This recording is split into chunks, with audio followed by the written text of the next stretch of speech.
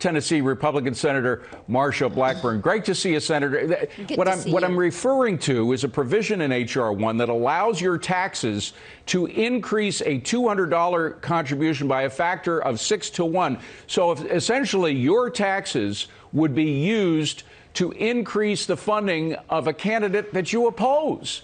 I mean, that's absurd. It is absurd, and of course this is a clearly unconstitutional bill.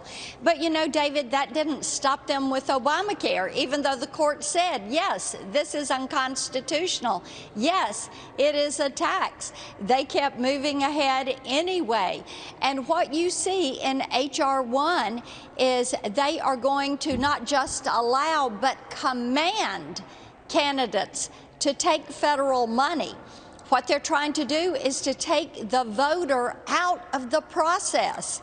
And they're trying to take control of not only the voting process, but also the electoral process. Yeah, they're taking the voter out, except they want the voters' money. That's the bottom line, because that's what's going to be paying for candidates that we don't necessarily support. It's crazy. Another piece of H.R. 1 demands that anybody who gets a driver's license is automatically enrolled to vote. Now, we know a lot of states allow illegal immigrants to get driver's license. So would they automatically be able to vote?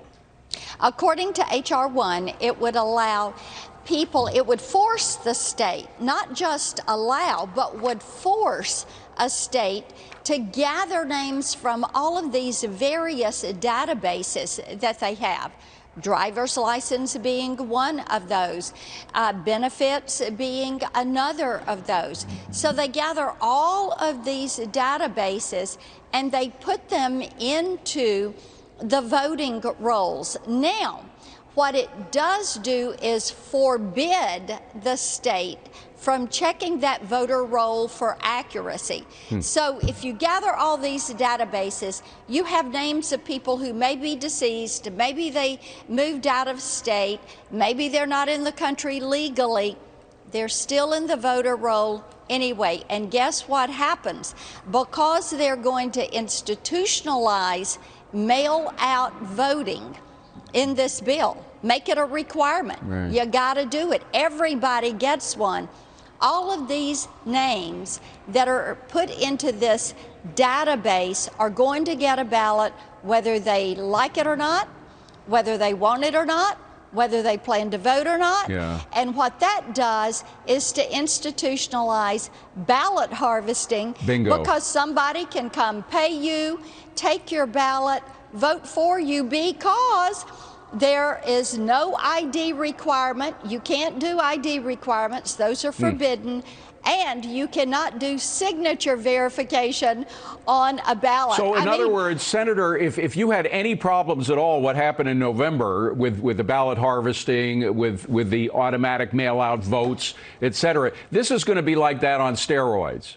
Correct. If you liked the 2020 elections, you're going to love H.R. 1. Yeah. Because what it does is to federalize elections, moves all that oversight to the federal government, takes it away from your state and your local election commission, basically says, we don't need you guys except for building out these databases. And oh, by the way, you cannot check these to see if there's any fraud. If you're all for voter fraud, you are all for H.R. 1. Senator, I'm getting a wrap. I was about a minute ago, but I just have to extend it one point further. The only thing standing between us and the passage of this bill is whether or not Joe Manchin agrees with his Democratic colleagues to get rid of a procedure in the Senate that would prevent this from happening.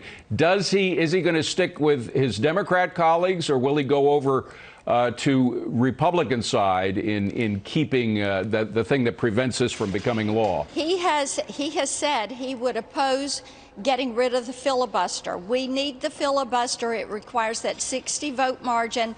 That is how we stop H.R. 1. And will he follow through with his promise to keep the filibuster? We certainly are counting on him to do that. Okay. Well, we'll see if it happens. Senator Blackburn, good to see you. Thank you very much for coming in. Appreciate it. Well,